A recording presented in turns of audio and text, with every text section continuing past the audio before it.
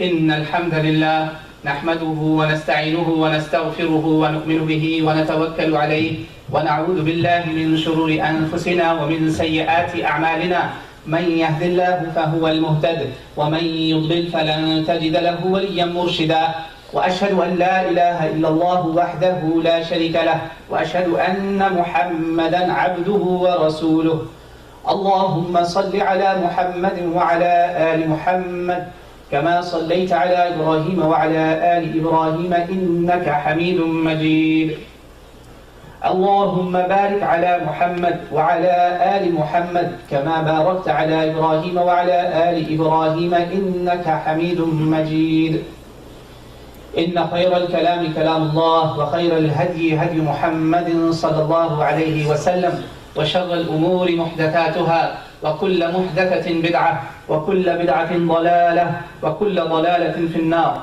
قال الله تعالى في القرآن الكريم يا أيها الناس اتقوا ربكم الذي خلقكم من نفس واحدة وخلق منها زوجها وبث منهما رجالا كثيرا ونساء واتقوا الله الذي تساءلون به والأرحام إن الله كان عليكم رقيبا أما بعد. My brothers and sisters in Islam and also our guests, normally I start the khutbah with one of the verses of the Quran, along with this sermon that you heard in Arabic. That is, it's also called khutbatul haja or khutbatul masnoona. This is, quote unquote, more or less the exact words as Prophet Muhammad ﷺ used to deliver before any of his speeches. And I know, alhamdulillah, many Sahaba, Tabi'een, scholars later added other beautiful things also with it, but this is the crux, this is the meat, this is the core of the essence, the actual message there. And consider one of the verses that is recited usually along with these, is called Ayatul Taqwa, just to show everyone, including myself, guests and our local congregation as well, that what Islam has in terms of piety or God's consciousness, love and fear of God both, we try to maintain both of those with us in our relationship with Almighty. He says, O believers, have taqwa of Allah. Have taqwa of Allah as you're supposed to have it, as the due right for that taqwa is, and lest not you die except as believers, as those who have surrendered their wills before Almighty God. This is the message that Prophet Muhammad ﷺ used to communicate before any speech, that life and death, our focus, in our conscience all the time we should have is Him Almighty, to have a constant relationship, and that relationship will actually help you to be better with the creation of God as well. Because when you have Him in your mind, you're always thinking about Him, you always realize how is He going to see, then you won't care who likes or dislikes or who sees you and who doesn't see you. It will take away a lot of problems of show off and hypocrisy and what have you. So having said that, just to contextualize a little bit, I've been having, alhamdulillah, this sensitive, hassas, very sensitive mawdu in our Islamic history that concerns with us so much that whatever happened in that time is used even today amongst the Muslims, sometime for different reasons. So it's not a simple subject. As I said, it's not a subject to discuss on a tea or a dinner or a community gathering. This is not that subject, my brothers and sisters. And I'm sure you're already realizing that in all these khutbahs, you're realizing that the details that are coming up, these are not easy things. These are very special things, and we are concerned with this. And a lot of Muslims sometimes are also not sure. There are ambiguities that they have in their minds, but they don't ask. So we are in the section of where Prophet Muhammad ﷺ either mentioned his death already, that it's coming, or the things that were related to his death, or the things that led to his death eventually. So whether he talked about it, or he did important things before his death, or he literally was affected by those things. And some of those you've already heard. Today I'm talking about something that originally I was not supposed to include, but then I had to because this is a question that everybody asks. And this is also related to Prophet Muhammad ﷺ's death. Prophet Muhammad ﷺ in his last khutbah told us something very big in the end.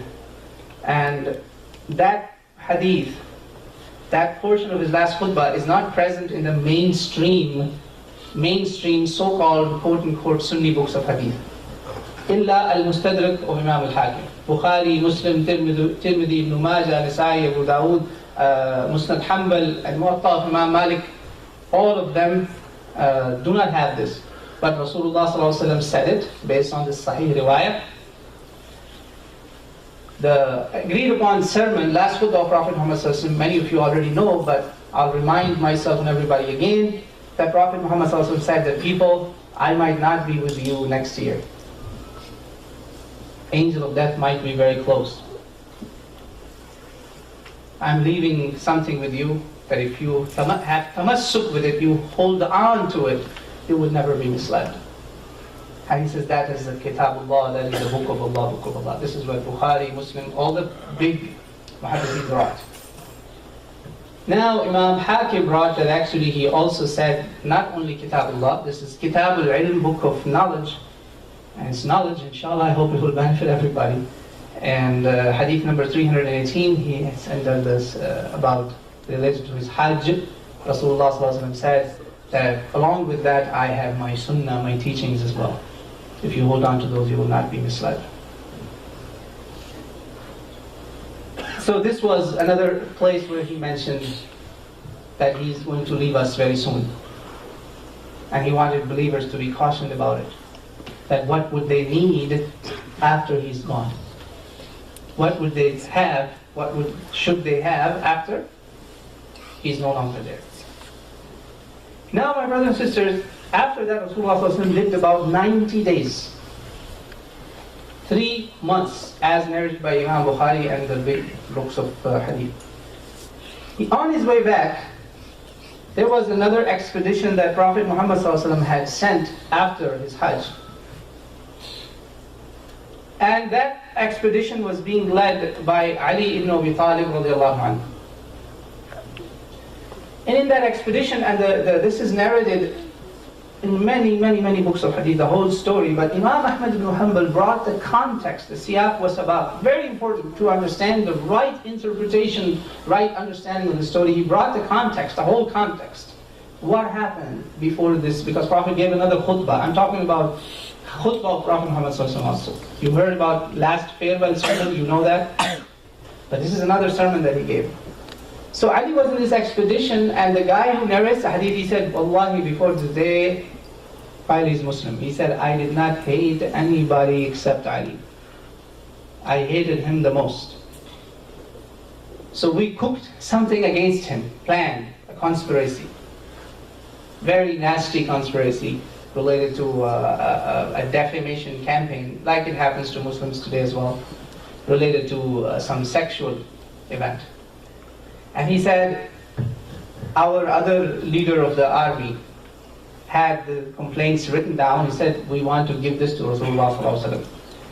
He said, look, you cannot trust anybody but me, because I hate Ali the most. Give it to me, and I make sure it gets there before Ali meets Rasulullah ﷺ. Give it to me. Musnad of Imam Ahmad ibn Hanbal, rahmahullah. He brought this background story. Very interesting. So he made sure that he gets there before Ali makes it to Rasulullah ﷺ, because Prophet had not, the sarayas where Rasulullah ﷺ himself did not participate, he sent others, are those expeditions.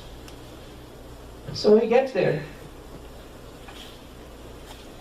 Prophet Muhammad ﷺ saw it. Of course, Ali also came, they arrived. Rasulullah ﷺ was very disappointed when he saw this whole thing. It was something really ridiculous. We know that Ali ibn Abi Talib, today alhamdulillah we know he was not like that. The whole thing that they conspired against him. And this man who's narrating, he said, This actually what Rasulullah ﷺ did after that made me change drastically. Remember him, because he's the one who brought the news to Prophet ﷺ and tried to, astaghfirullah, disinform him. Now the rest is mentioned in many other books of hadith.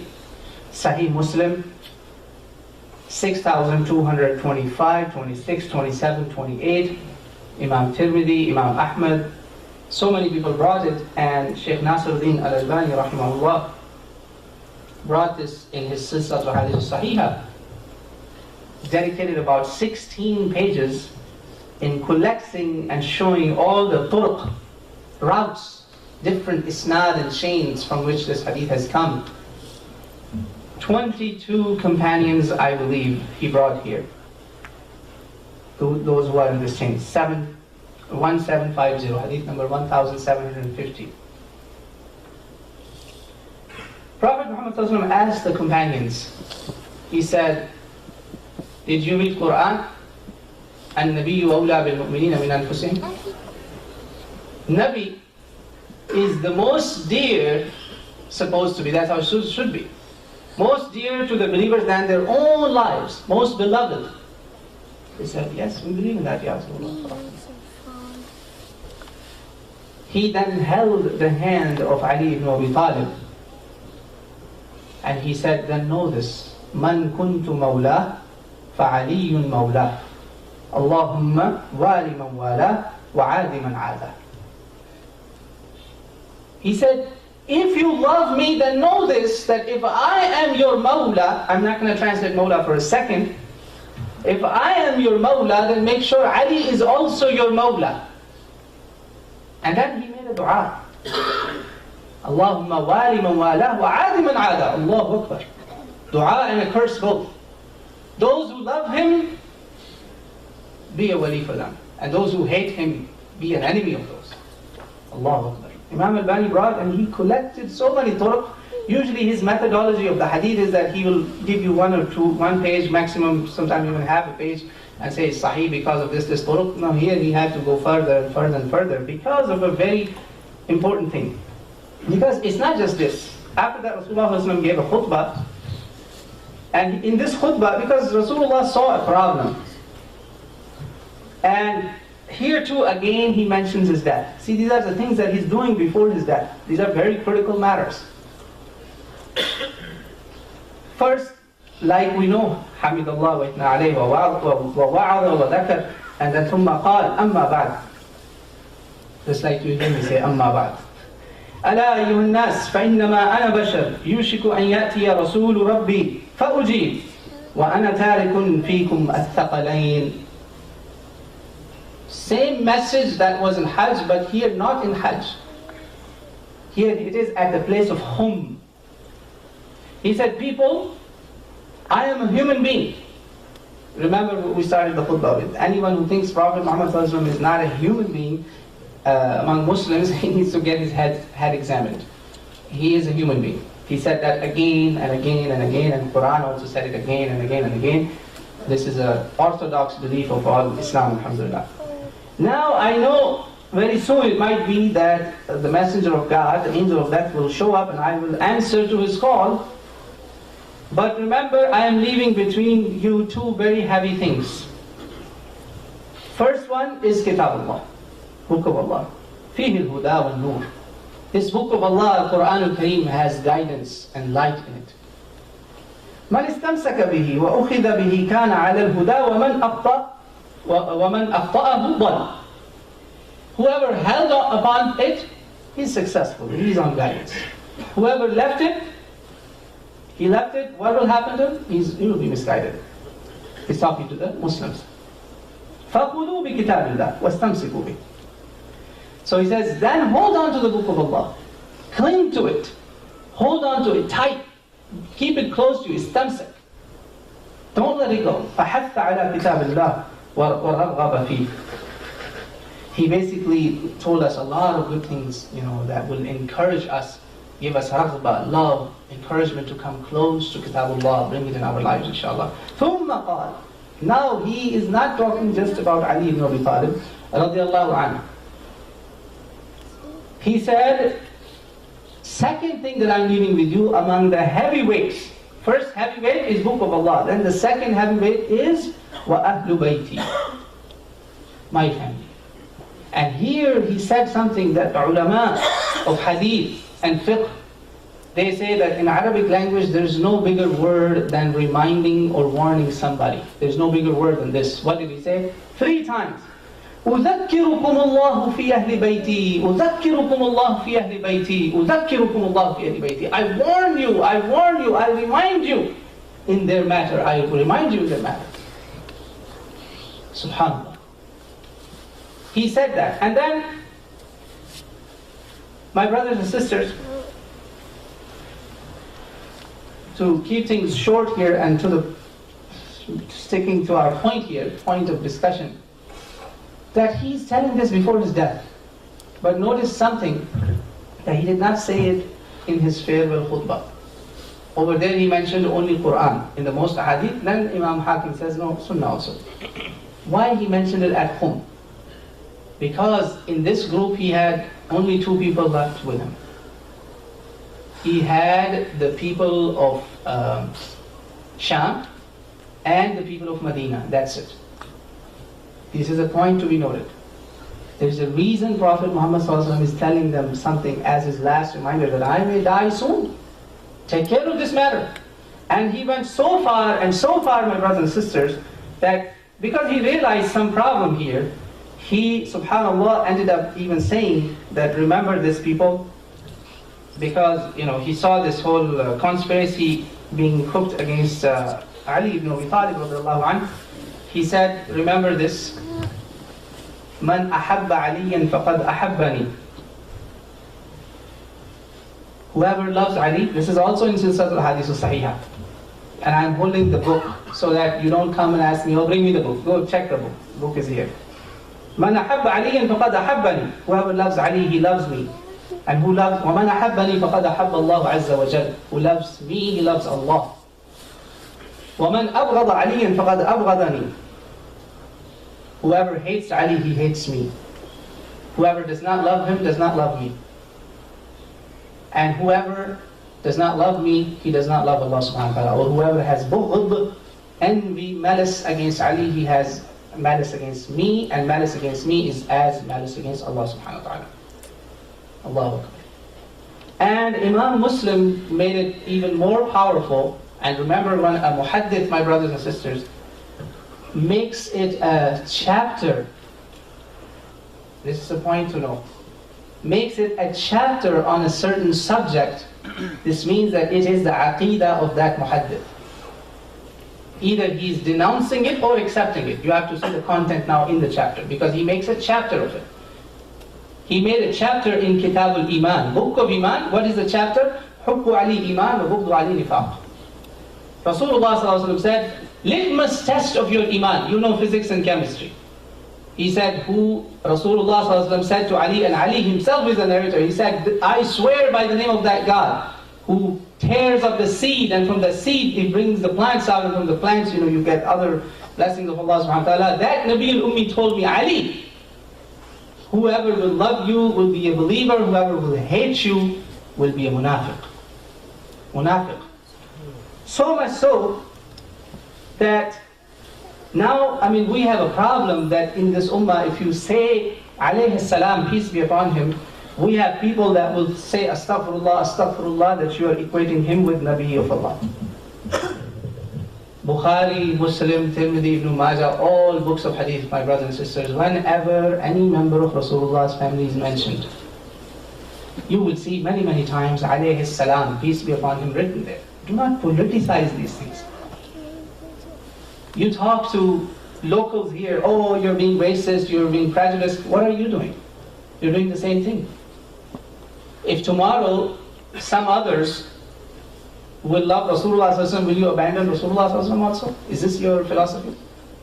Because this is very important, and people have asked me, what happened, why Shia and Sunni differ? So alayhi salam, this is Sahih al-Bukhari, hadith number 3744.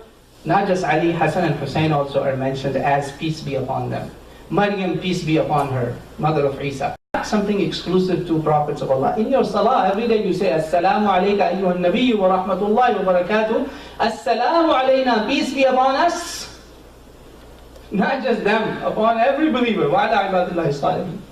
This is not an issue. Let's not waste time over this. Now, this hadith where Prophet Muhammad held his hand and made dua for him led to 5 different interpretations of this hadith.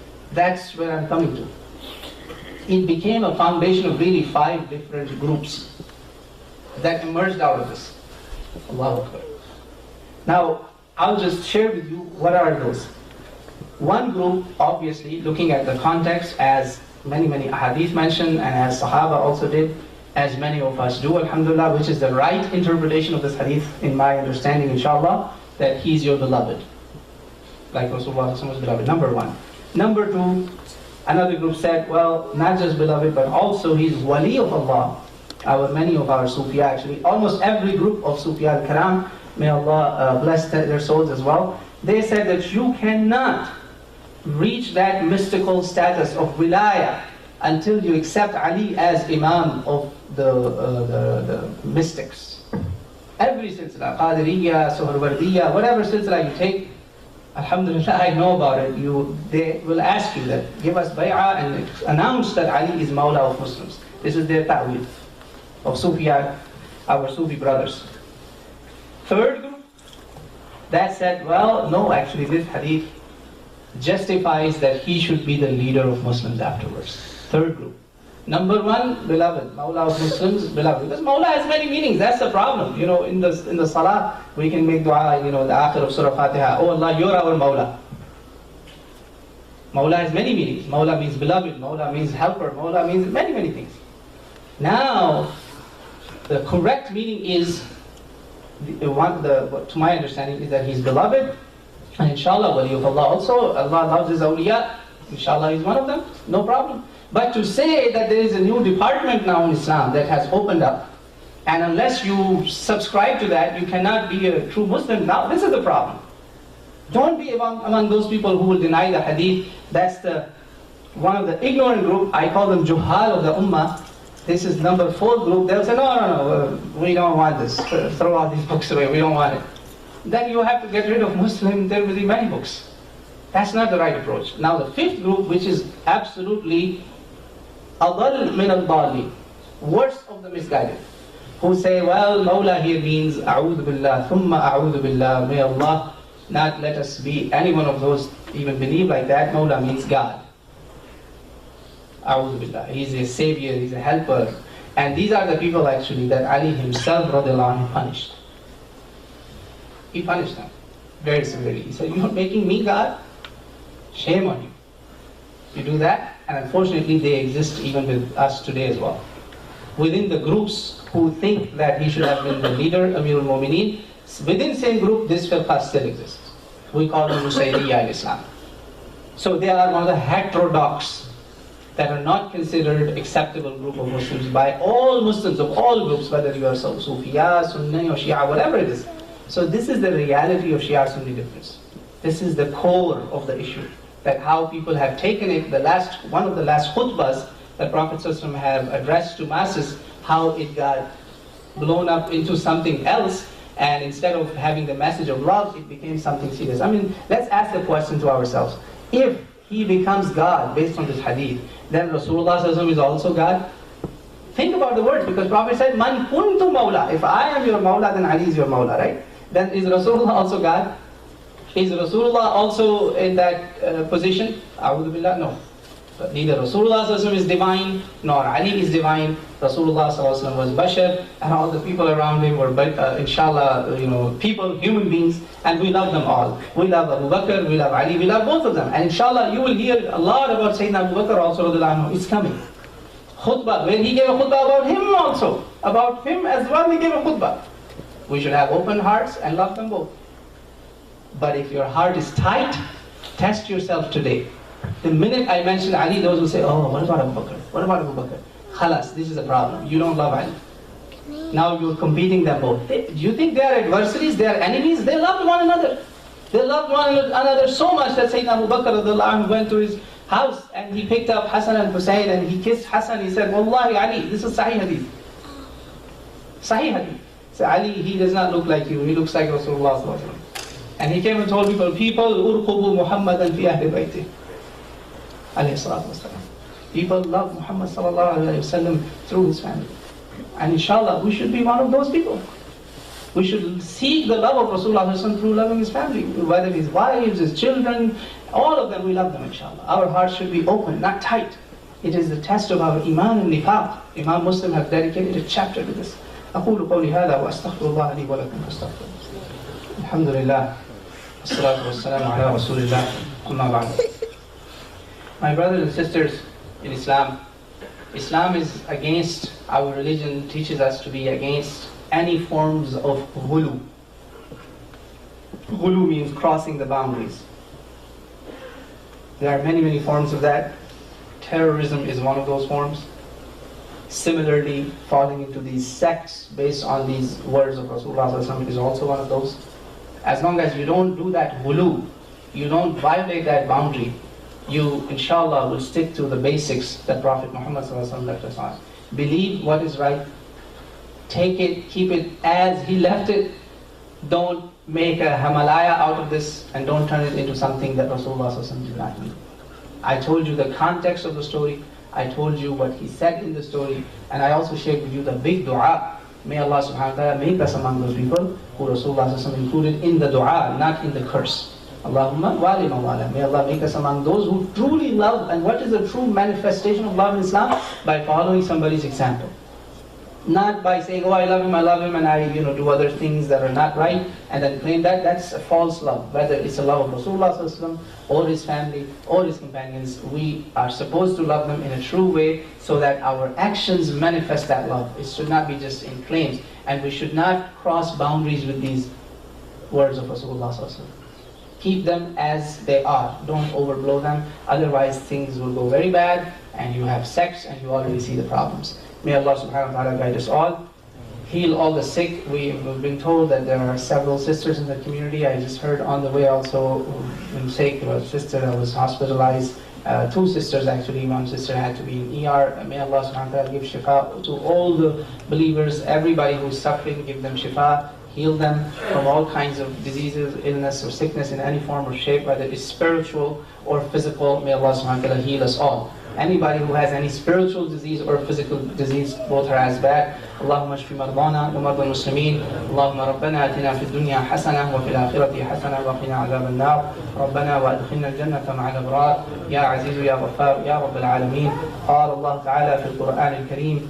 إن الله وملائكته يصلون على النبي يا أيها الذين آمنوا صلوا عليه وسلموا تسليما اللهم صل وسلم على نبينا محمد وعلى آله وأصحابه وبارك وسلم